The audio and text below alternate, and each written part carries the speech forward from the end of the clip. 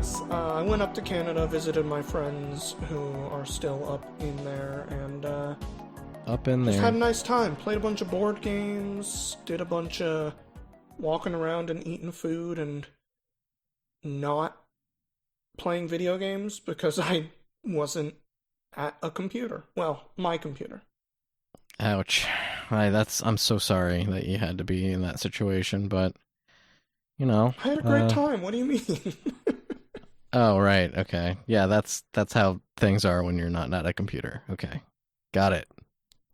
I as a hmm human would enjoy that situation. Yes, me, a human, does Yes. enjoy sometimes not being tied to my computer screen. And me as well, also as a human. I am away from my computer and enjoying that. hmm Well, hello, fellow humans, and welcome to the Audio Games Podcast. I'm Neil. I'm Matt. Audio games, hello. Video games, hello. You Matt, didn't there's a say lot it, to so talk I about. I It's had to true, I cover didn't. it. I thank you for that. I was busy You making a put joke about being human. you put me in the hot seat to cover our brand greeting, and now I done and messed it up. Well, I put you in the hot seat in more than one way in the last few days, in fact.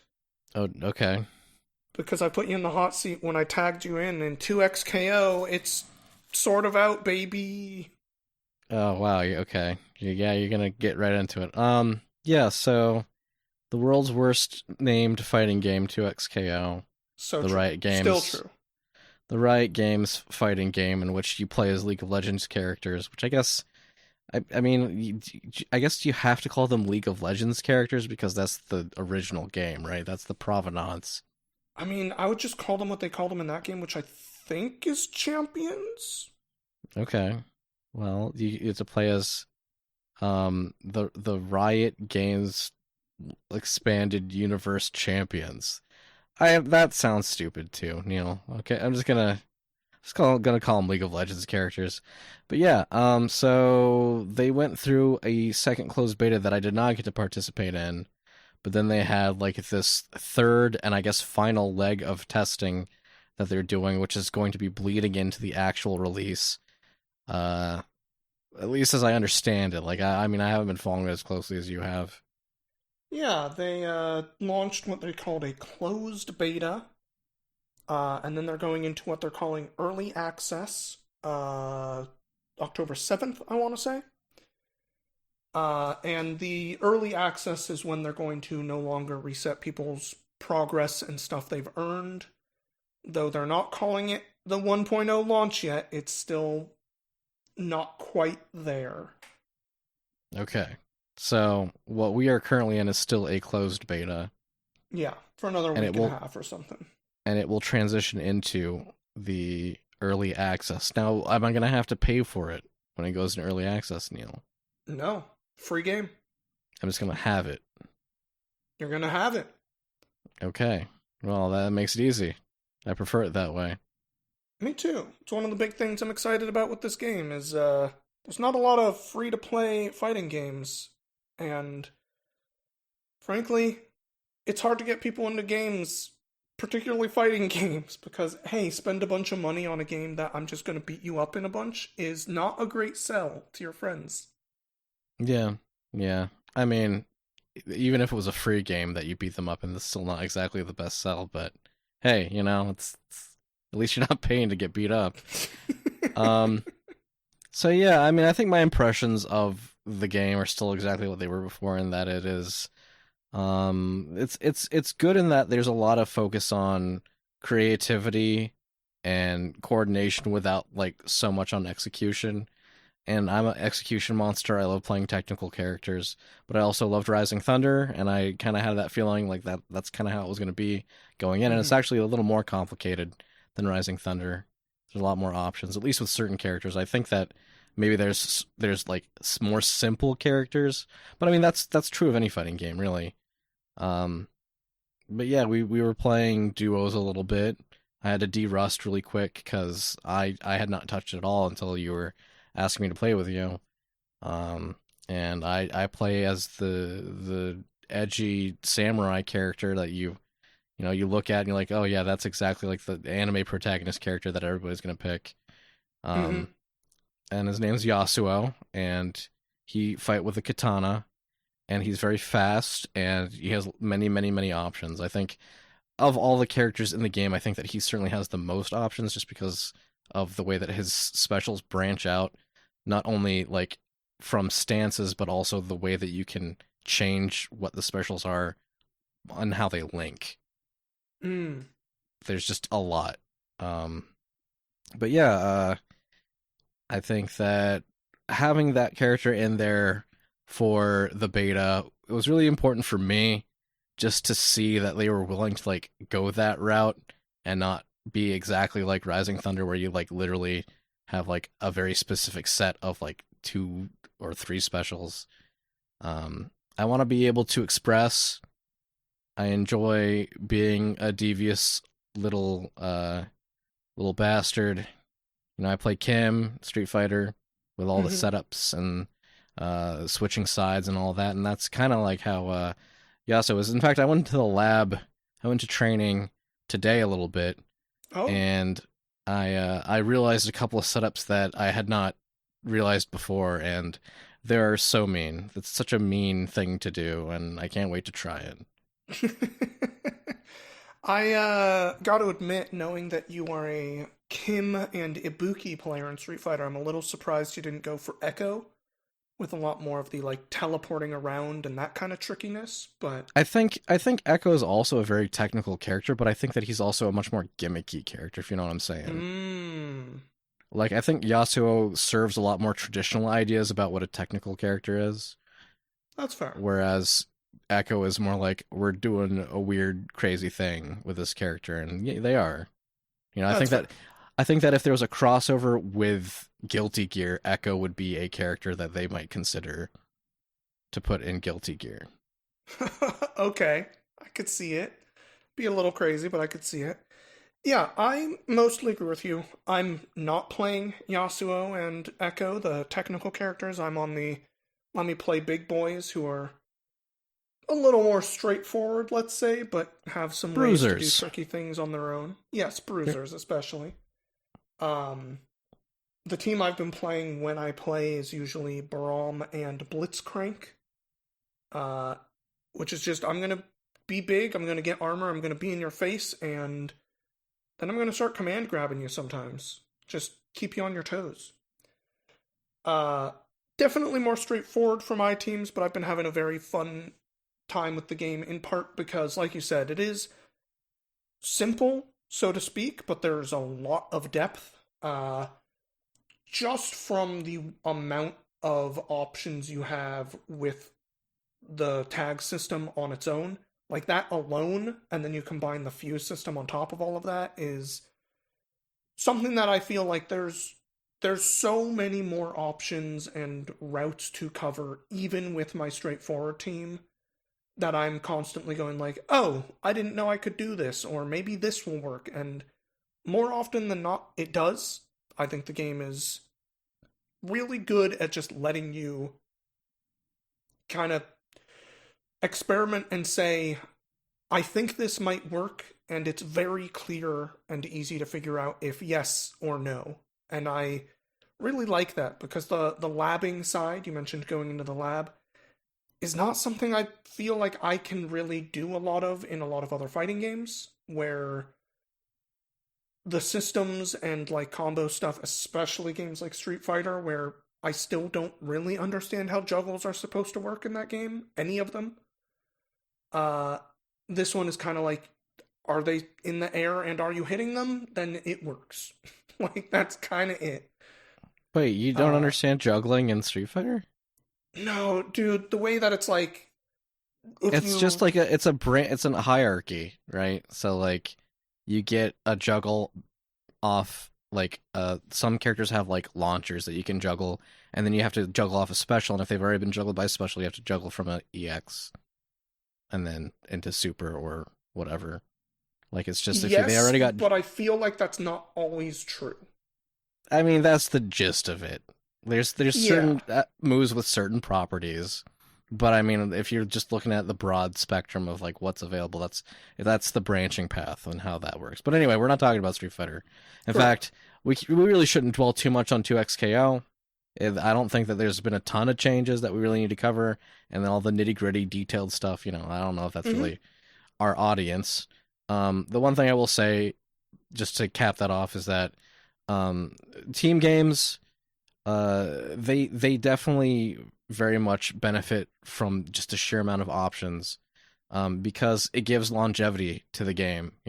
I think that even after this game has been out for 2 years, we'll see some, stuff that we hadn't seen before in the professional scene, just because there's so many different ways to go about doing any number of things. So, I mean, people still love Marvel, and Mm-hmm. there are still people who are figuring out weird things you can do in Marvel. So, I think that this is going to be, as long as it's serviced well and there's no weird drama or fiascos, then I think that this game will be around for quite a while. Yeah, and that's kind of the one big detractor right now is the roster is small. And for a team game that is a little bit annoying, but they did say like they're planning to do a character 5 characters a year, which means every like 2.5 months a new character and a new battle pass or whatever the fuck they're doing for their system here. Which is a pretty fast cadence, and that's gonna bring this game up pretty quickly. I'm excited. It's only going to be 2,300 riot points for the new character too. I don't know what it's gonna be, but if the uh, if the character unlock stuff that I experienced in the beta is accurate, it's not very hard to unlock the characters. It's pretty hard to unlock the cosmetics, which I think is the right way to do it. Okay.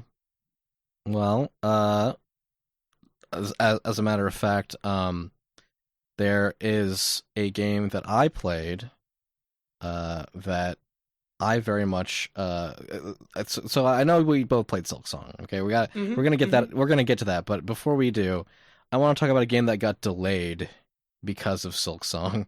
Mm-hmm. Sure. So this is actually a phenomenon that's happened to many games. Some of the more notable ones are Baby Steps, the Bennett Foddy like game, Megabonk, which is like the Devil Survivor's Risk of Rain style game, and then there's Little Witch in the Woods, which was being developed for quite a while. But another game that got moved because surprise, surprise, Silksong came out very recently, and nobody wanted to compete in that time frame. Yeah, Was the Clover two Pit. week lead up where they just said, "Hey, this is coming out in 2 weeks," definitely was a funny news cycle of people getting the fuck out of the way. Yeah. So I played Clover Pit, which was a game that I played in one of the Steam demo Next Fest things. It's like an indie slot machine game, and as someone who has been more frequently visiting casinos, this certainly scratched a little bit of an itch. But the way that Clover Pit works is that it's very much like the same. We've been in an environment where a lot of roguelites have been in the gambling space, right? We all started with Balatro. I know that there was like a poker version of Balatro that the Balatro dev like tried to help market because so many people were being rude to the developer, even though literally they were like being developed at the same time. But this is the slot machine one, and the gameplay is very similar in that you have like deadlines that you have to hit in a certain number of spins, Hmm. and you augment the machine through a bunch of charms that you can get by using clover tickets. And so you have the main currency, which is coins, which you need to submit to the ATM in order to reach your goals. But the clover tickets are a reward for hitting your goals faster, or you get them as bonuses for a bunch of other various things, let's say. And the charms do things like, oh, there's a 10% chance that you'll add one luck and you'll get a free spin.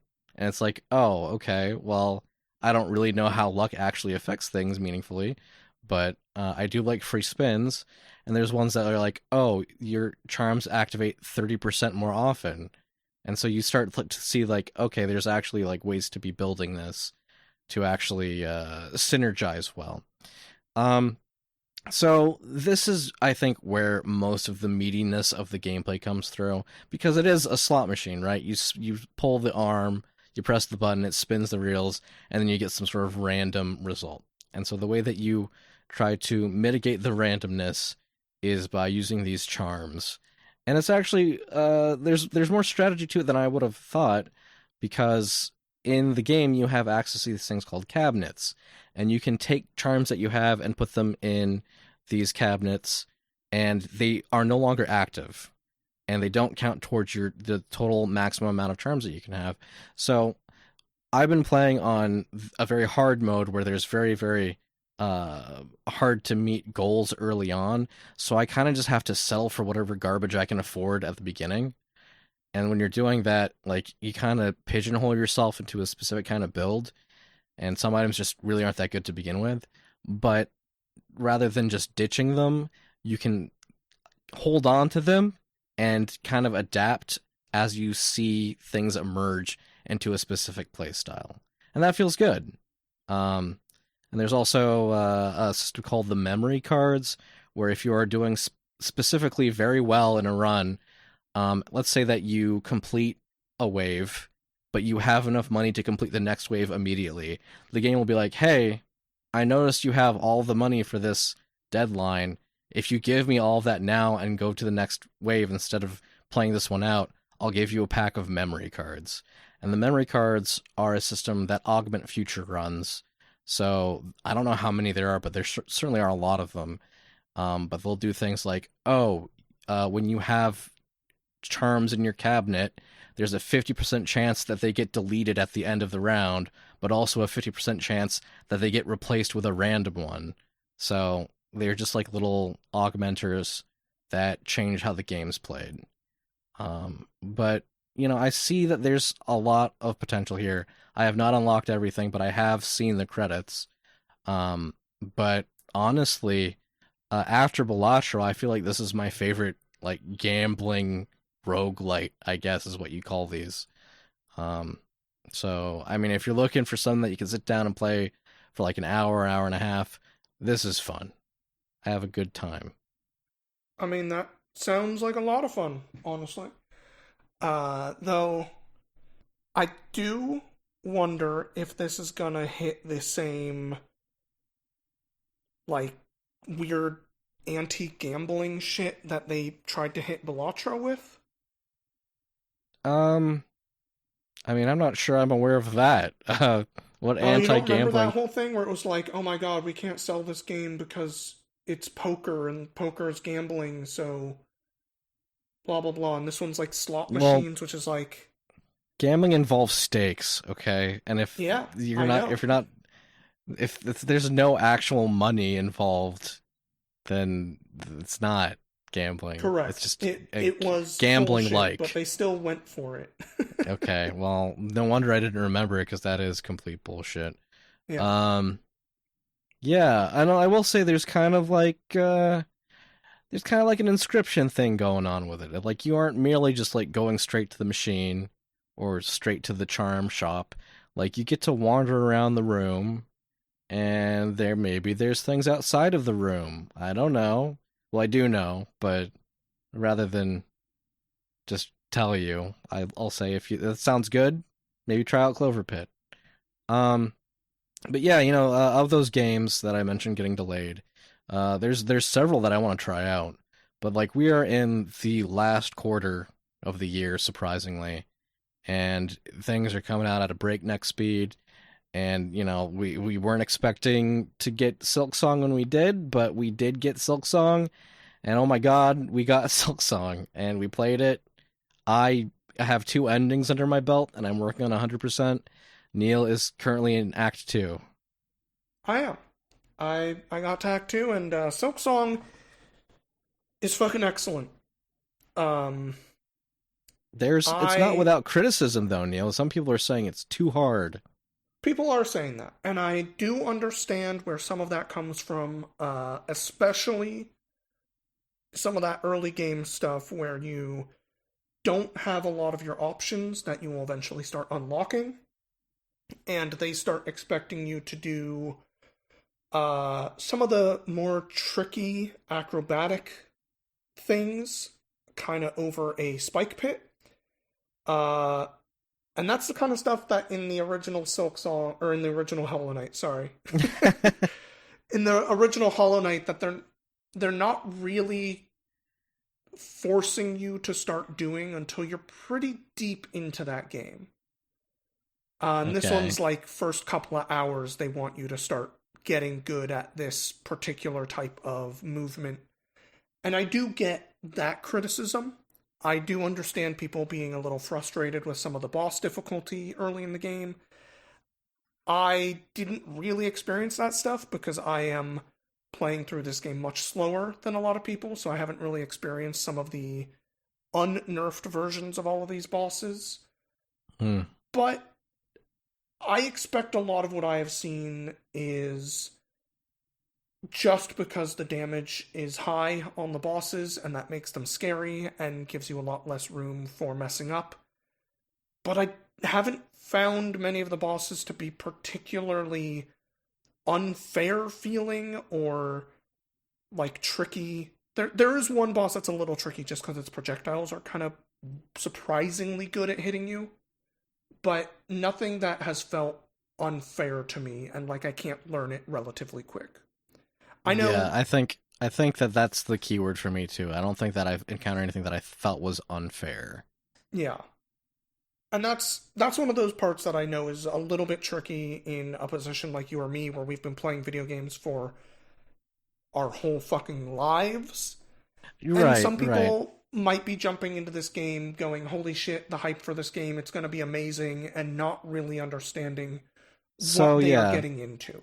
that's what I wanted to touch on actually, is that I think that a lot of the people who are going into Silksong probably didn't even play Hollow Knight. I think Mm that the incessant call of "Where's Silksong" across like countless presentations over the past like almost decade, hmm. people are like, Yeah. "Oh, Silksong, this must be like this amazing game," and they never bothered to go and actually play Hollow Knight. It's kind of like what happened with Elden Ring, right? And Mm people hmm. never played Dark Souls, but like here's this new big sensational game. We got to be a part of this cultural zeitgeist. I'm getting the game, and then people go online and talk about like, how do you do this? Like, what is this? How Yeah. does Metroid crawl? It's that kind of thing. And I do think that has contributed a lot to the conversation without the context of like these aren't people who necessarily went through Hollow Knight, right? mm hmm. Um so yeah, I do well I mean obviously in Hollow Knight there's not a lot of things that are dealing 2 pips of damage. But also Hornet is way more mobile than the Knight from Hollow Knight, and Mm also she hmm. can heal in the air, which is a humongous thing over over how Hollow Knight was. Yeah. Um, so I think that it's kind of just a different play style, and I think people go in and they try and play Silksong. Of the people who played Hollow Knight, they try and play Silksong like Hollow Knight, and it ain't there. Yeah. I mean, I'm definitely guilty of some of that right off the bat. I didn't realize I could heal in the air basically until someone told me. Uh, and then it was like, oh, the way that this stalls you in the air means that there's a lot of opportunities in some of these more difficult fights where I can use that as both a healing window and an avoidance technique in order to fight these things. Yeah. Um, and it's really really good. And I also, even though it is punishing, I am enjoying this game immensely. Uh, the exploration has felt incredible. The surprises I've come into, and I guess spoilers for some people who may be listening to this and haven't played it yet, but this is mechanical spoilers. When they unlock the first crest is what they call them, and you can get a different move set for a lot of your moves, and realizing that this is a whole extra system and the way that this is working with giving you different move sets and different equipment loadouts and possibilities for what your equipment loadout can be based on that, is really fucking cool. And Hollow Knight has very satisfying combat, but it is not necessarily particularly intricate combat, and just that crest system in this one and the options that gives you has felt like a just really fascinating way to expand that combat without making it more complex while still giving you way more options and an ability to express yourself in that combat differently. Yeah, I think that in when you want to compare Hollow Knight to Silksong, in Silksong, like all of the traversal abilities are also battle abilities. You know, Mm-hmm. like when you get the dash, it makes combat so much more in and out, where as opposed to like just sticking to the enemy. In Hollow Knight, I think that there was a lot more emphasis on just memorizing patterns, whereas in Silksong, I feel like a lot of what I'm doing is more reflexive. Mm. Uh, I mean, obviously, for certain particularly hard bosses that I die to like several times, I am going to have to memorize. But even then, knowing the patterns, it's not just about standing in the right place, it's weaving in and out of that battle, if you'll excuse the pun. Um, Sure. and just knowing that I can get to the space I need to in this amount of time, and I can make my assault here, and I can make my defense here, you know? And the flow of it is just, I mean, I don't get me wrong, I like Hollow Knight. I had criticisms of Hollow Knight, but I think that Silksong is definitely the next step up in terms of just how the gameplay feels. I Mm-hmm. think that if I went back to Hollow Knight now, I'd feel like the knight controls like a radio controlled car. You know, it's either you press the button and you move forward, and you let go of the button, you stop. I think that I mean, Hornet is. Yes, I know, I understand that's how a video game is, Neil. Okay, but I'm just saying, I'm saying that the flow of Hornet's movement feels so much better. Like the transitioning from one move to another, and once you see the other things that you can get, Neil, I think that you'll feel the same way. Maybe you feel the same way already, but it's just there was nothing that I got in the game that I didn't utilize in some way, and that goes for the tools as well. And you know, we were talking about how in Hollow Knight, you know, he heals on the ground. Well, he also uses the same resource pool for basically everything. yep. So the healing and the spell casting or the use of soul, that's all from the same bar. Whereas you do have silk skills in Silksong as Hornet, but you also have access to a lot of different tools that do not borrow from your silk bar. So you are incentivized to take different approaches and to use different methods without having to necessarily sacrifice your ability to recover, which is huge. And I know that Mm-hmm. it takes a while to get used to and actually utilize those, but once you get a tool that really works for you, you will start to use it a lot. Yeah. I really wasn't using them much until I got the triple pins, which I started using, and then the boomerang I've actually like really incorporated into a lot of boss fights and stuff. Um, yeah, the game. It's so funny to think about the fact that this game started as a expansion or DLC to Hollow Knight, and they expanded it into this full game. Um, and I think that's part of why, especially the early part of the difficulty probably feels a little harder, is they expected you to have played at least a lot of Hollow Knight before starting this originally. Yeah. Um, but I do kind of feel like, and I'm again, I beat Act One. I'm in some amount of Act Two, and I know there's three acts. So I know there's a lot of game left for me, which I'm excited about. Yeah, yeah, Uh, you just got to the Citadel. yeah, I've been running around the Citadel a bit. I've done some stuff in there, Yeah, but yeah. I'm sure there's a ton left. So when you the way that the acts are separated up is like you realize that when you get to Act Two that there's basically like this castle at the top of the map, but then the castle itself is a bunch of smaller segments Yeah, that almost rival the area around it. Like it is a big place. it Um, seems huge. So the way that when you say Act 1, Act 2, that's kind of like what it's about, right? Yeah. So just if you scale it that way, you'll have a pretty good idea like what you're contending with. Hmm. And obviously there's some different like quests and story beats that you can pursue across the different acts. Just as a warning, there are some things you can only do in Act 2, and when Yep. you go to Act 3, they will get locked off. So I don't know I how I much you am care about that, I but am somebody who tends to try to do everything before moving on, so I'm probably gonna be doing that before hitting Act 3. yeah, Um, it's just I would not want to have to play through all of Act 1 and then most of Act 2 to do the thing fair, that I'm talking about. So, yeah, I'm glad I heard about it and took care of that. fair, But fair. yeah, The there's just a lot in this game, man. the last thought I want to have on it though is even though I'm far from done with this game, the thing that I'm maybe the most impressed about this game right now is because I loved Hollow Knight a lot.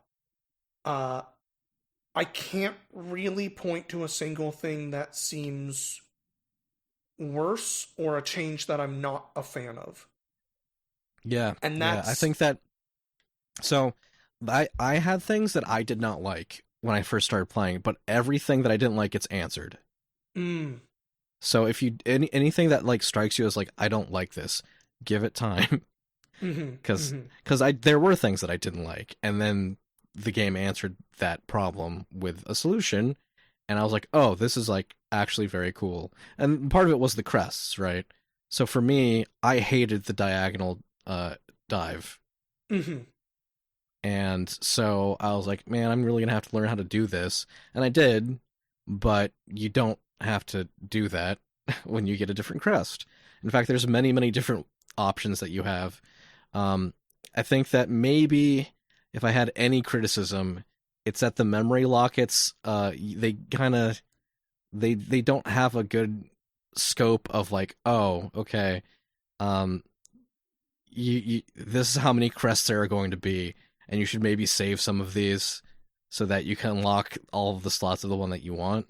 I'm fairly sure that there are enough memory lockets for every slot in every crest, but also that's a lot to hunt down.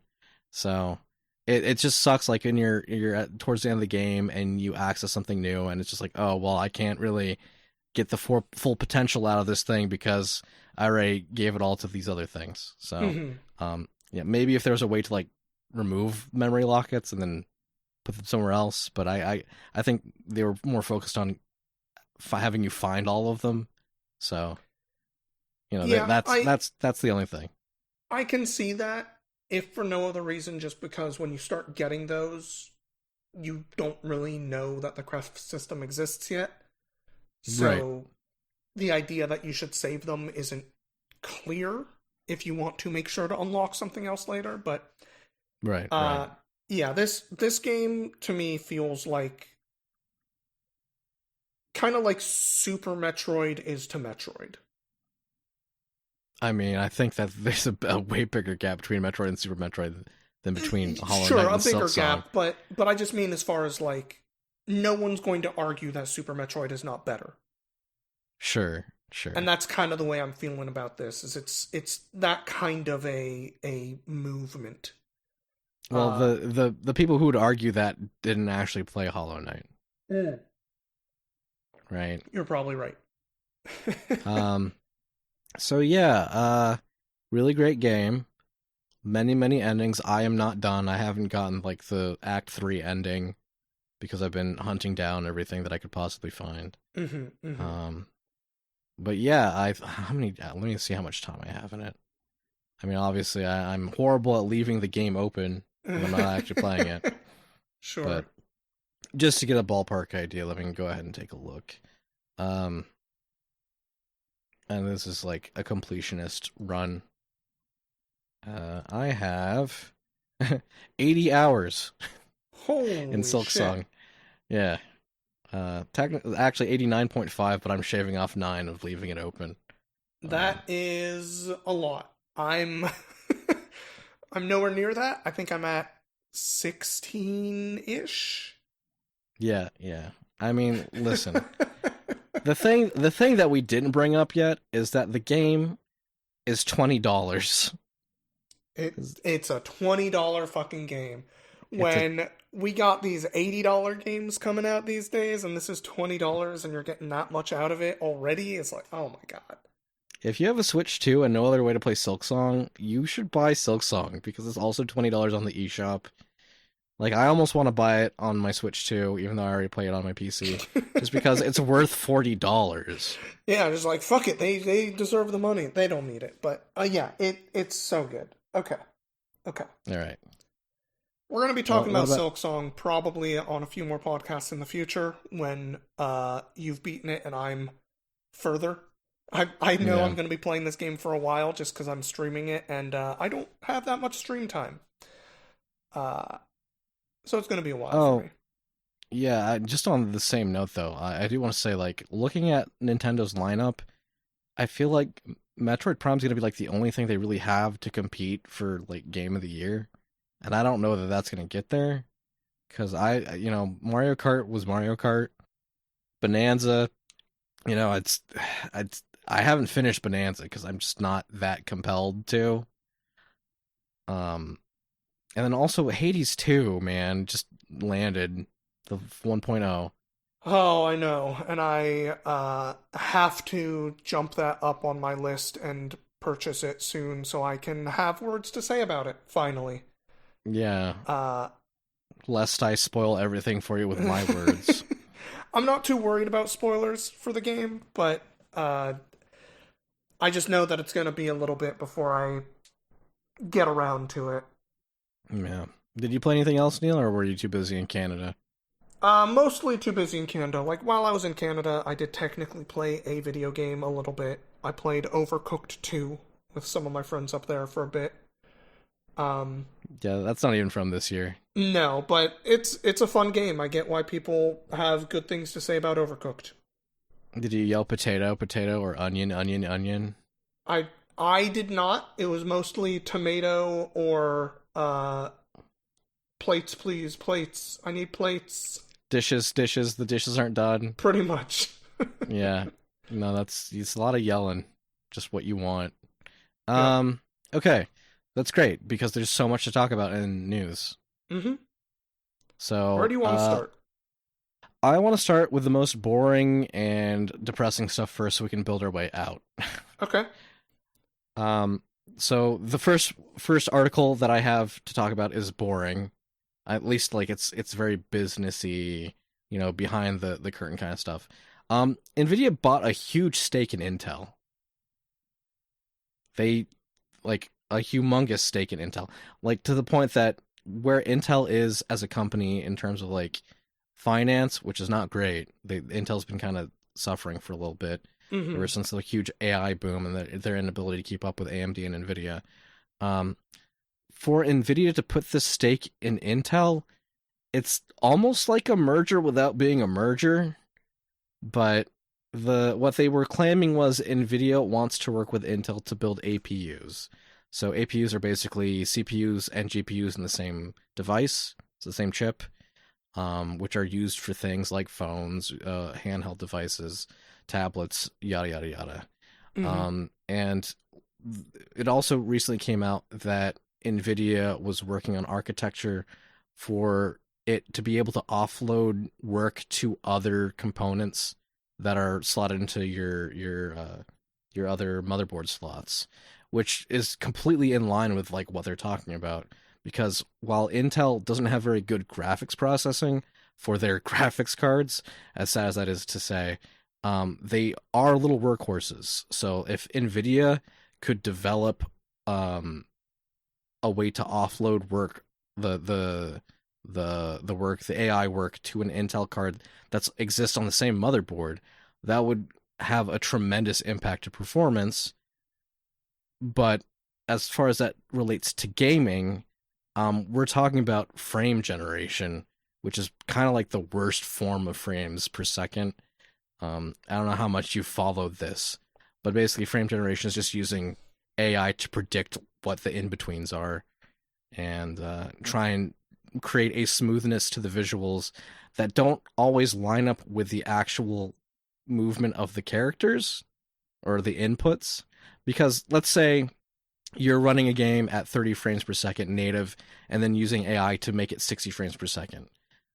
As the player, you only have 30 frames to act on because you can't act on generated frames. Yeah. So it creates kind of like this weird, laggy experience, even though it's supposed to be smoother. Um, and if the emphasis on AI continues and these graphics processing just ironically become less about processing graphics, then that's probably what we're going to be looking at for like the next decade, um, if not further on. But yeah, true frames versus AI frames, like it's a very specific conversation. So I just I was looking at what was going on in terms of these companies, and it made me think, and I wanted to get that out there. Yeah, the only game that I know has frame generation that I've played is Monster Hunter Wilds, and I turned it off immediately. Though I've heard some people's systems make the game way worse without it. Like you Yeah, borderline can't play the game if they don't have it on, which seems bad. yeah. I mean, there's different forms of it, and there's different technologies, and some are better and some are worse. But the thing to take away is that an AI generated frame is not a true frame that you are actually playing. Yeah. It's just to smooth visuals. Um, and honestly, if you're playing Monster Hunter Wilds and like you're not hitting like 40 frames per second, you're getting like 26 frames or 27 frames, like that's going to still be impacting you in terms of your gameplay, right? Mm-hmm. So, you're still having a bad time. It's just you don't realize that it's your fault probably. Um anyway, so that's a thing, Nvidia putting a bunch of money into Intel. Um to reach the very bottom of the barrel for the most depressing news, apparently ICE released a video using the Pokemon theme, which is just a horrendous thing to do to relate the fantasy of capturing Pokemon to taking people from their homes and from their families and detaining them to be sent to a country that they might not even be from. That's a wild and tasteless thing to do. And I think that the thing that is the most upsetting about this is that the milk toast response from the Pokemon Company is that they confirmed that they did not approve that that they could use the what's it called, the Department of Homeland Security. Mm-hmm. They didn't agree that they could use that song. Obviously, they didn't agree that they could use that song, but the video is still up as far as I understand it. I'm not looking to go and give that any more views than it's already gotten, but generally speaking, when Nintendo or the Pokemon Company catch someone using something that they're not supposed to, there's usually like instantly a takedown and then litigation. But in the face of the United States government, I feel like maybe they didn't feel like they had the ability to do what they wanted, which is just indicative of the times we're living in. Um, Yep. so yeah, they can spend their time copywriting or not copywriting, but Cease and desisting. cease and desisting, but also patenting the idea of capturing a creature into a device and then releasing them to fight. Like they're fine with owning the patent on something like that, but they won't litigate against the United States government. So that's a thing. But hey, with that in mind, why don't we talk about the Nintendo Direct? Sure. So the way that I listed these things out is I kind of was like, okay, here's some crappy shit sandwiches that we're gonna Well, have to okay, stomach, okay, hold on. and here's a semi fun thing we can talk about. I got one more shitty piece if we want to hit that first. I mean, if you want to add another turd on top of the turd bread that Okay. we're sandwiching this all together with, then I'll make it quick sure. because I don't really want to talk about politics that much on the podcast either. But I mean, that's not uh, even politics. That's just fucking common sense, man. Like, totally. The part I'm like talking about don't with politics don't here detain is people. not that part. Another shitty thing that happened is a artist who's been working at Sucker Punch for like 10 years got fired because of a jokey tweet they made about the Charlie Kirk assassination. Not even a particularly like egregious sounding one. The joke was more about Mario and Luigi because of I don't remember the guy's name. Luigi, what's his name? Who killed that CEO? I You mean, don't remember his name either. It's fine. The joke was more about that part of it and making slightly light of the Charlie Kirk death. And then they got fired by Sucker Punch, ostensibly, but the bits that have come out about it, they went and defended Sucker Punch themselves, saying, like, I loved my time at the company. And the Sucker Punch CEO did have a statement that, when quoted, does sound a little bit like they were implying this came from above them, aka from Sony. mm, Um, it is frustrating to see how many people are killed by gun violence and nothing is done until this one person gets killed with a gun, and suddenly we're not allowed to say literally anything about it. Even though the guy was someone constantly saying, I swear, free speech. That's the best. Everyone should have it. well, I It's some mean, fucking that's bullshit. the catch-22 of being a martyr, right? Because it's not Mm. necessarily the message that you preached; it's what they make of it after you're gone.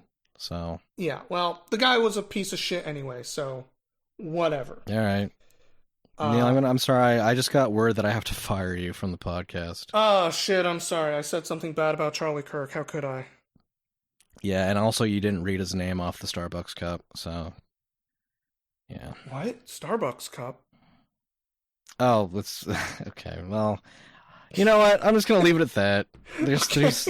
We're living in the current times, and there's a We're lot living going in on. some times. But hey, I'm hoping that one day we'll look back on this episode and laugh.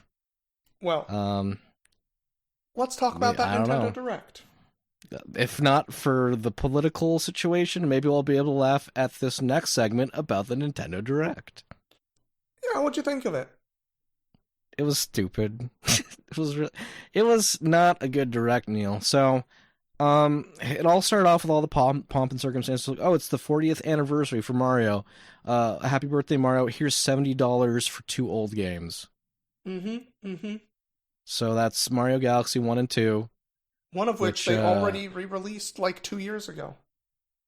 yeah, you get a $10 discount if you get both of them, Ooh. because individually they're $40 each, which is, if you're keeping track, twice the price of Silksong. Each. Yeah. Ugh. So, for the 40th anniversary, they're charging $40 for the game. Thanks, Nintendo. And then, they talked about Chris Pratt again. They showed Chris Pratt's headshot on a Nintendo Direct. Yep. Um, love it when they do that. And what else did they do for Mario? They introduced a new Yoshi game, which is like, I mean, that'd be like the same as introducing like a Donkey Kong game, right? It's like Yoshi's kind of his own thing now. He exists in the Mario universe. It's great, but that ain't really a Mario game. It's what was it even called? It was like a really stupid name. It's like Yoshi and the Mysterious Book, or the I don't know. It was something like that. They haven't been earning points for names for their games lately. So, um, but then what else? Oh, they made a physical flower from Mario Wonder, which is probably the worst thing you could possibly make. Um, like, I hate the flowers from Mario Wonder, Neil. The stupid talking flowers. It's like they took the phrase "well, that just happened" and gave it a physical form, and then like they made an actual physical product from that character, and it's just like, who likes this?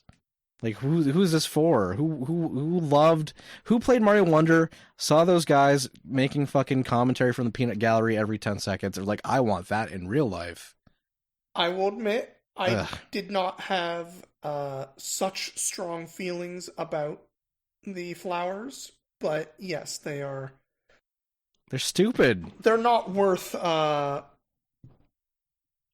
not worth making a character about it and like trying to make a bigger thing with. They should have been a one-off. Like, did you play Mario Wonder? Yeah, great game. There's so much. They're like everywhere. They are. Like I thought it was just like gonna be like a cute thing for like a section, but no, it's every level. There's dozens of them, and they're like off the screen. And you walk by one, and they're like, "Hey, how'd you get up here?" It's like I jumped. It's a Mario game. How do you think I got up here? You stupid fucking flower. Ugh. So yeah, they're stupid, and I hate them. Uh huh. Metroid has a bike. That's cool. I thought Yeah. it was a different game. I literally thought they were like, are they putting a Metroid racing game out? Didn't they announce yet another racing game for the Nintendo Switch 2? That they really need another racing game for Metroid? But no, it's actually part of Metroid Prime 4. They kind of gave us the sense of scope for the world by showing that, and I hope that that's not like going to misrepresent what the game is, because if it's just a big empty space, then it's just more time to load areas, I guess. I don't know. Like Yeah. if They're apparently, I guess, open zoning, let's say, the Metroid sure. game. Well, okay, so Uh, Metroid Prime has always been kind of like semi-open world in the sense that it's like, yes, there are areas, but you can traverse and like break break the sequence, so to speak, as long as you know what you're doing. But like this implies like, oh, there we justify the presence of this bike with this humongous world, right? mm-hmm. And like you saw like in the trailer that showed this, there was like one little area that looked like, oh, maybe I can get off the bike over there and explore this little spot. But if it's literally just like a big old barren desert with like a few dotted things, and like that's basically a Skyward Sword situation, which is like my least favorite Zelda game. Because like I played I played Wind Waker, and the ocean felt really cool because like, oh, there's an island on every little point. And then you play Skyward Sword, and it's like, wow, this is a nice big empty nothing fuck area. And then I don't want that for Metroid Prime 4. I'd rather you just not have a gigantic space if you're not going to put anything in it, you know? Agreed. I do think that people got a little bit too worried about this showing of it. Uh, it did not show us very much, and it showed us like a desert area. I expect they'll have a bunch of areas. I hope that it is better than that, but I'm still just annoyed that they didn't, or at least still haven't put out the like Metroid Prime 2 and 3 thing for people to play. Like I'm still shocked that is not something that they decided was worth doing. I mean, if they really want to like do a deep dig, they could remaster Hunters from the DS, because like that is not where like the main villain's originally from. Like I know that he was featured in Metroid Prime 3, but like Hunters is where they introduced like a lot of characters that prior to that game did not exist in the Metroid universe. True. So, Hunters, there's a lot that you could do with that. And if, you like online, which apparently they do now, that was Yes, mainly a apparently. multiplayer game. But, yeah, so, they showed Metroid. That was good. I like that they showed it. I can't wait to see more about it, because it's coming up quick. I don't feel like they've actually said that much. They're too busy doing two separate showings for Kirby Air Riders. Like, no flack to Sakurai, of course. Like, I know that he makes a good game, but do we really need two presentations for Kirby Air Riders? I feel I like he mean, kind of nailed it with the first one. you heard me on that first one saying they did a 40-minute presentation for something that should have been 5 minutes. So, Yeah, but it's no. Sakurai. You know how he is. He wants you to know how hard he worked on this game. Okay, and he can Yeah. only do that by going over every little fine detail. Though I feel like the only thing that can really justify a second Air Riders presentation is if there's like a really big thing about the game that has not been shown. So Mm-hmm. who knows? Um, okay, what else got shown? There was a lot of Pokemon stuff. They showed the Pokemon Legends Zaza thing again. Mm-hmm. They've been showing Mm-hmm. it for a while now. And you know, we live in a world where they announce DLC for it and it's not out yet. And it's just like, don't announce DLC for it. You literally are saying that you developed this in tandem with the main development of the game, but you were assigned to release these things separately. You cads. Like that's oof. I'm still mad about Marvel vs. Capcom 3, man. They I'm still mad about that shit. That's old. That's old news. That is Um very old news. but then at the same time they also announced download content for Donkey Kong Bonanza, which also had spoilers in the download content presentation that they put on. And it's just like that game didn't even come out a month ago, Nintendo. What are you doing? Like there's no way they weren't already developing that if they're releasing it now, you know. Yeah. So it's very disappointing, like how Nintendo has pivoted on download content. Because I remember it used to be like, oh, we would never, and now it's like, now we will all the time, actually. Um, That's it's just what the industry is now, you know? apparently. And then they also, when they were talking about Pokemon, they did the whole Ditto Craft game, which was Animal Crossing, but you play as a Ditto turned into what is kind of a human. Listen, I'm not super into what that game is going to be, but I appreciate the boldness and the decision to put that as like the focus of the story, the focal point of what makes that game what it is that you are playing as a Ditto who I guess misses their trainer, so they turn into a human. I don't really know, but it's weird. It's very weird. So the thing about that game that I thought was funny is the Power World people are doing Sure. Yeah, kind no, of they're the doing their own same farming thing thing. as well, even though they Sure. are currently like being sued by Nintendo about Power World, They're and it's just like they're locked horns legally, yes. just also making an Animal Crossing out of Power World. I guess it's gonna be Animal Crossing with guns. Sure, Again, why if you did not? not catch me, if you did not catch me talking about it earlier, Nintendo did successfully patent the concept of capturing a Oh creature God, I and know then that and part. then That one is so fucking frustrating. yeah, I don't know what under the table payment they need to make to have that happen, but I can think of like three things off the top of my head that were that before Pokemon, you know? Like I can also think of like 900 games that have that in it. yeah. Fucking World of Warcraft. Okay, but let's not cite World of Warcraft as like an origin game for that No, concept, I'm not saying okay? as an Origin game. I'm saying like, are It's they in there. expecting that they're going to be able to fucking sue World of Warcraft for this shit? I mean, this elasticity clause, right? This was before they patented it. Oh, I So guess so. I obviously guess so. they get off scot free, but in the future, if you want to have a creature fight, then you gotta talk it out with Nintendo, I guess. Absolutely ridiculous. Yeah. I almost want to make like listen, I do not support this whatsoever, but I just to get under their skin. Like make a dogfighting game, like Oh a really yeah, visceral, brutal dogfighting game, and then be like, "All right, Nintendo, you gonna come after me now? I'm gonna say this is the same thing." yeah. I didn't put them in balls. They're just captured. I just captured them, not in a ball. Yep. Are I'm you gonna make coming after a me? photorealistic animal capturing game, Ugh, and you Jesus. put him in Bloodsport, and then Nintendo will have to come after me, and I'll be like, "Yeah, it's the same thing. You caught me." Ugh. Fucking Okay. hell. Thank you for the Nintendo update.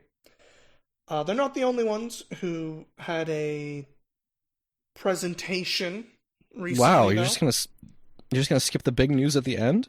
Yeah, I was. I forgot it. Yeah, well, I mean, I'm sure a lot of people did. Yeah, Fire Emblem game, Right. Fortune's Weave. It's I called Fortune's 100% Weave. forgot that they didn't end on Metroid. They ended on fucking No, Fire they didn't. Emblem. Well, you checked out after Metroid. I know how you are, Neil. I checked out Um, after Pokemon Crossing, frankly. okay. Well, anyway, so let me just say, the more Fire Emblem games they make, the more ridiculous the character designs become, and this is certainly the most ridiculous character design that I've seen for a Fire Emblem game, and that's saying something. And then also at the end, like they show Sothis, and if you are familiar with what is ostensibly the best Fire Emblem game ever, Three Houses, in terms of both story and character development and just dealing with themes and topics, Three Houses is a cut above all of the other Fire Emblem games, like a significant cut above. And so when they show Sothis, they're implying that this is a direct sequel to Three Houses, which is that's big talk. You know, I don't to associate yourself that directly. I think you're kind of dealing with a ticking time bomb if you cannot meet the level of quality. So, I mean, I don't know that Fortune's Weave is going to get there, but I am waiting to see the disaster play out. So, I guess I'll see in time. But yes, Sony also had a state of play. They did. I'm not going to go super into everything that was in there, but I they think that was did. like a B plus state of play. They Yeah, showed quite a bit. they And opened with the Soros thing that they announced a while back, the kind of successor to Returnal. And having played Returnal now, that game looks pretty fucking good. it looks like Returnal. It looks a lot like Returnal, and Returnal's good, so That Silksong's a lot like Hollow Knight. That's probably pretty good. yeah, yeah. Hey, you know that Hades 2 looks a lot like Hades. That's It probably pretty does. All these good. good games getting sequels that are looking pretty good. Looking pretty It's good. almost like when you make a good Um, game, if you expand on it, it might continue to be a good game.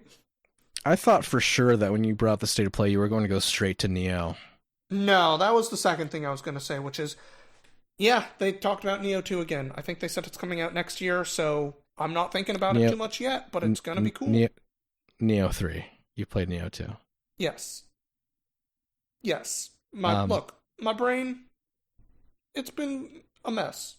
it was in Canada. I'll give you a break. Fair, fair. Um, okay, so the only other thing that I really wrote down for the state of play was ChronoScript, which is apparently another Metroidvania style game, but it has a very distinct style. Mm-hmm. The way that kind of the world unfolds around the character, and there's kind of like a twofold situation going on where like there's like a 3D environment and a 2D environment on top of that 3D environment. It Mm-hmm. seems like they can do some really cool things with it. It looked cool. Whether or not that'll like express itself mechanically, I don't know. But it's the one thing I remember besides the other stuff that I talked about. I mean, they're a big closer. You don't remember that one? Uh, It was the no. Wolverine game. Oh, right, Yeah. Wolverine. Right. They Marvel. ran out of Spider-Man games, so now they're doing Wolverine. And unlike Spider-Man, Wolverine is very violent, so there was a lot of blood and stabbing people in faces with claws. Is that where we're back in terms of what popular culture is? Are we back in like a violent period? It seems like it. I mean, they're trying to stop us from getting anything that has queer themes in it, so why not violence? I miss gross out period where everything was kind of Miss like weirdly Gross gross. Out. Yeah, I just like when they had like Booger Man. Remember when they came out I and like I Toe remember Jam and Booger Man. I don't Earl? remember when it came out. I was fucking little. Yeah, yeah, we both were. But that was the time. That was like the weird '90s gross out period. Yeah, Ren Now we and got to be Stimpy violent. with the just like super close-ups of the most disgusting face you've ever seen, and I think the like in terms of how I feel about cultural touchstones and defining like what we were at. mm-hmm. Like so Wolverine is showing that we're in a violent period, right? Because that's what they think is going to be popular. Oh, we Sure. need to like rip people's skulls apart. Um, the last time I really felt like that was when they gave Shadow the Hedgehog a gun. Like, I was like, oh, it's like, here's this Sonic character, and he has literally just a gun. Okay. It's like, that's where Yeah. we're at, and as a And he society, rides is like, that's what, motorcycles. Don't forget he rode motorcycles. right, just like Metroid. One of the So, fastest motorcycles and one of the violence. fastest creatures in that silly universe. Time to jump in a car. Right. Well, he needs to carry all his guns with him. He can't Oh, just so hold true, on to so true. those. So he's got a saddlebag on the bike to pull his guns out of. But yeah, so I don't know, man. Like, I remember I did sit and stare with my mouth slightly agape and be like, okay, I guess this is gonna be a thing people are gonna be into. I mean, okay, so here's the thing. If it's a profoundly different kind of game, that's great. I think that iterating on Spider-Man is only going to get you so far.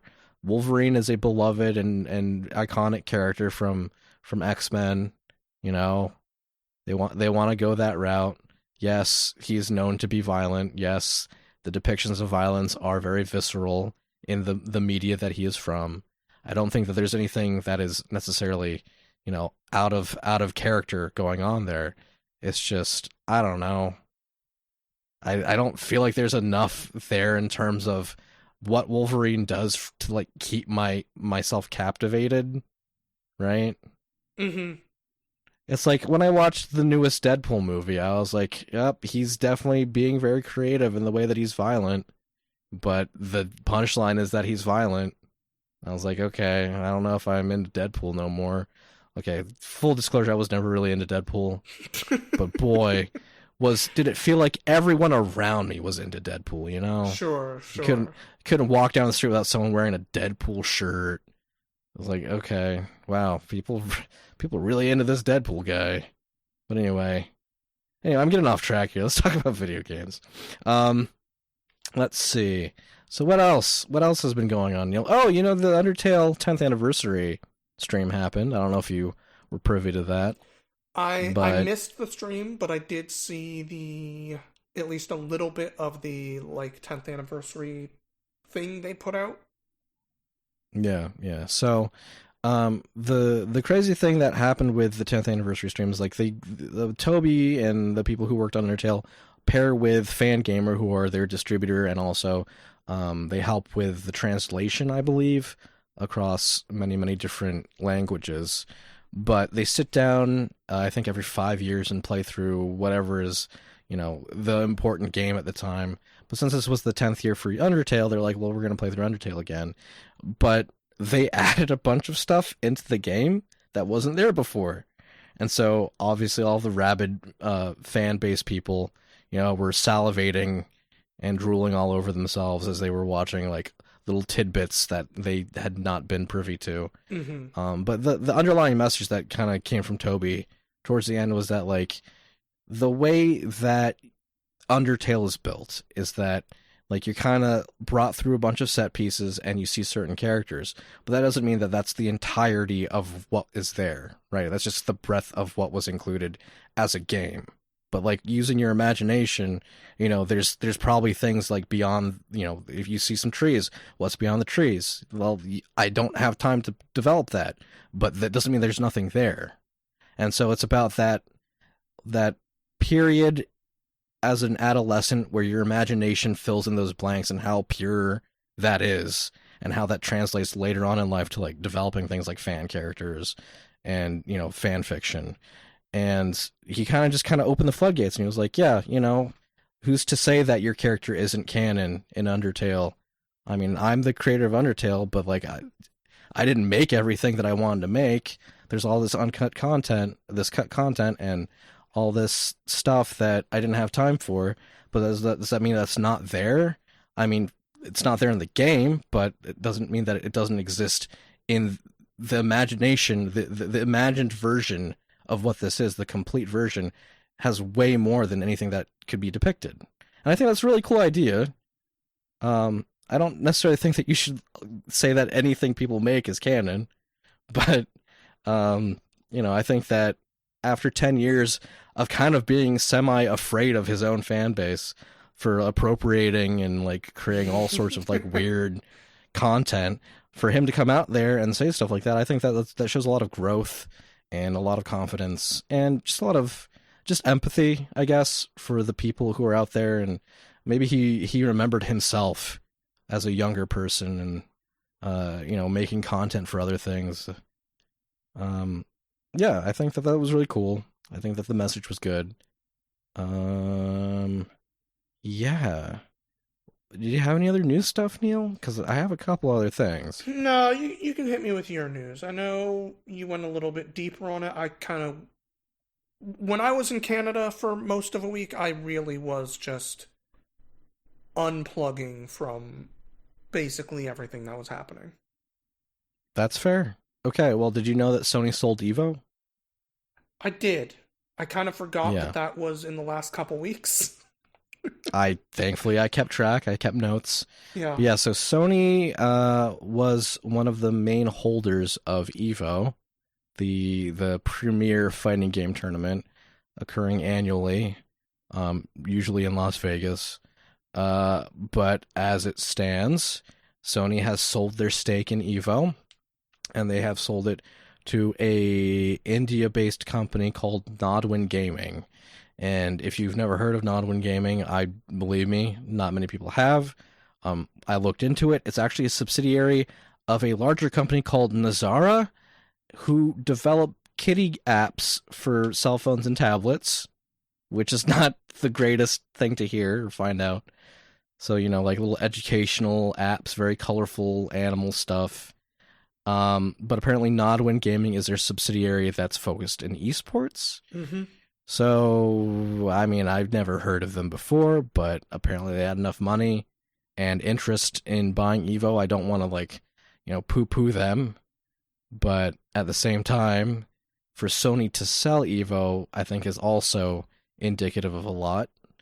And then the other thing is Saudi Arabia has also taken a bigger stake through Kidia, which is one of their, I guess, cultural outreach funds. They're trying to bring more tourism and interest to the United Arab Emirates. And, I think that we've seen Saudi Arabia taking a lot of interest in that space, as evidenced by the ridiculous boxing promotion that was made. If you recall, I do. They've the esports has been very big for Saudi Arabia. It's one of the ways that they are trying to generate interest in a lot of like their hubs. I think that I want to take the silver lining approach here and say that, it's cultural exchange works both ways. And I'm hoping that, we all learn interesting things about these different cultures through fighting games. I don't know that that's necessarily their goal. I think that underneath all of this is probably just a money thing. But, maybe Evo will be in Dubai next time. And that will be very hard for me to attend. Yeah, I know this company has been doing some events already. I think the EWC or EWL, one of those has been run by them, and there's at least a fairly large chunk of the fighting game community that is pretty unhappy about this purchase because the company behind it and the way that the EWC has been run has not been something that is particularly good. But we can hope that they purchase this and basically say, how about it keeps doing what it's doing and doesn't really have to change? Because, frankly, when Sony bought it, not much really seemed to change about Evo during that time either. Yeah, it's just a lot of the discussion I see is split into two separate camps where it's like Yeah. the dissent is like, oh, there's a lot of statements thrown around about Saudi Arabia and, the Muslim faith. And I think that's like a really trashy thing to do for Mm-hmm. for many reasons. But the idea that like this is something that's being done to generate wealth, that is also kind of shit, and I can get more behind that statement. Yeah. But it's the people who can't seem to separate those two things that I kind of weary about. Um, so yeah, that's a thing. You know, we have Evo Japan, and we have Evo question mark now. So, I mean, I can't imagine they would remove the event from Las Vegas, but at the same time, maybe they will. So, back to Nintendo. Doug Bowser stepped down as chief operating officer of Nintendo of America. He has decided that he is not going to be the big boss in Nintendo of America. And Devin Pritchard has taken over. She is, I believe, one of the heads of marketing for a couple of decades, I think, or a decade and a half at least. I can't really say a lot about what she's done specifically, so I have no idea what to make of it. I'm hoping that a change of leadership will maybe change some of the philosophy that's been going on at the company lately. But beyond that, and perhaps more importantly, and the part of the news that people seem to not be noticing, is that this is for chief operating officer, COO. They filled the CEO position that has been vacant since Iwata. So if you didn't know, Iwata was the CEO of Nintendo of America, but after he passed, they left that seat vacant. But around the same time that Doug Bowser stepped down as COO, they filled the CEO position for Nintendo of America with Satoru Shibata. And this dude is actually very cool. He was the CEO of Nintendo of Europe for quite a while, but like he's a kind of like he's a shy guy. Okay, I didn't mean to excuse the pun. He's shy, but he's very hands-on. So when you go and you look at the content for Nintendo of Europe, their directs, like he is in them and like he has fun with them. And I really hope that translates to a better culture with Nintendo, because I think that it's definitely the kind of thing where a lot of these issues have been coming from the top down, and there's no one willing to really push on a lot of decisions when they're, coming from Nintendo Japan. But because of his position and the way that he interacts with fans and his love of games, he actually loves games. I'm really hoping that this will be good. And this was actually predicted after Iwata passed, that people were like, oh, Satoru Shibata is going to take over for the CEO position for Nintendo of America, and it only recently happened. So, holding my breath. I know I shouldn't hold my breath, but I'm hoping good things come of this. I have a lot of good faith in Shibata. So maybe next Direct we'll actually see him and he'll introduce himself. And if he doesn't, go and watch his stuff from Nintendo of Europe. He's cosplayed as Professor Layton. He's cosplayed as Phoenix Wright. He's sung Carly Rae Jepsen. He's a fun guy. He's not afraid to put himself out there, even though he's a little more impish. So yeah, that's what I would consider to being good news. What else? Is there anything that I missed? I mean, at this point, I don't know if I would be able to really remember, but yeah, so I do apologize that we took a while to get to put an episode out. It's, Neil was on vacation. I floated the idea of recording before he went on vacation, but there was a lot of things that we hadn't really gotten through that we wanted to talk about, so we waited until afterwards, and now we're finally recording now. Yeah. I'm hoping that we'll be better about it as we get through the holidays here, but also they're the holidays, so I don't know. So we'll see. We'll but just we see do to appreciate see. all of you who do tune in and listen to us and engage with us. So keep doing that. Yeah, do that. Video games goodbye. Oh, I thought those you were putting in the. This is how you were doing a silence bit where you're No, putting in the I forgot to say part. video games goodbye. That's all. We'll see how. Okay, yeah. All right, video games goodbye. Audio Games is hosted and produced by Matthew Lane and Neil Jimenez. Our theme music is Recharging by Gooset. If you'd like to reach out to us, please email us at audiogamespodcast@gmail.com.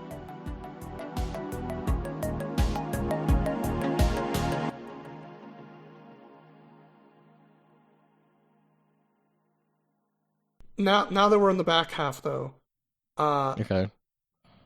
yeah, a lot of people were saying like Deadpool 3 or Deadpool and Wolverine was really good, and I was like, not that into it. There was like maybe two jokes I kind of laughed at. Yeah, it's just that's the stakes thing, man. Like Marvel's always like after Infinity War, like there was nowhere to push stakes. Like those were like as big as the stakes can possibly be. And then they kind of like de-escalated it with like Loki and being like, "Oh yeah, the Infinity Gems are like nothing. They're a little joke. They're paperweights." But like that went nowhere. And then there was all this shit going on with the actor who played Kang, and like they're like, "We can't use him anymore because of he's problematic." And so they had to pivot from Kang to a completely different villain. And they're finally figuring that shit out. But like meanwhile, Deadpool and the rights involving X-Men and all that, like they were up in the air because of how things got piecemealed out to different companies. And then Deadpool Wolverine comes out, and it's just like, yeah, Deadpool's still doing his thing, I guess. And then like the great thing about the thing that I appreciated about Deadpool, I should say, is that he felt very separate and like kind of doing his own thing and not beholden to anyone.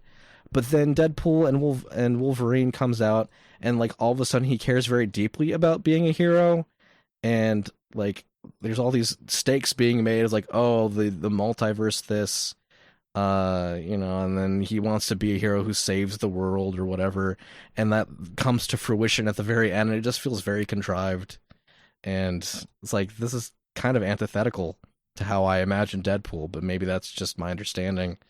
I mean, I'm not a big Deadpool guy, so whatever. Yeah, It just, fair. I Me don't too.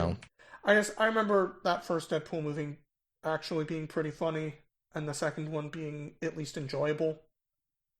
And the third Yeah, one I was yeah. just kind of not like the best thing about that one was just seeing Wesley Snipes show up as Blade again and being like, the fuck? Yeah, I mean, yeah, having Blade in it, and then also seeing Gambit exist in Yeah, any like in that any stuff was form at okay, all. but it wasn't worth the rest of the movie. It was trying to keep one foot in like just being a bunch of gags and one foot in being something more profound and sincere, and it didn't really land in either way for me. So Mm-hmm. I don't know.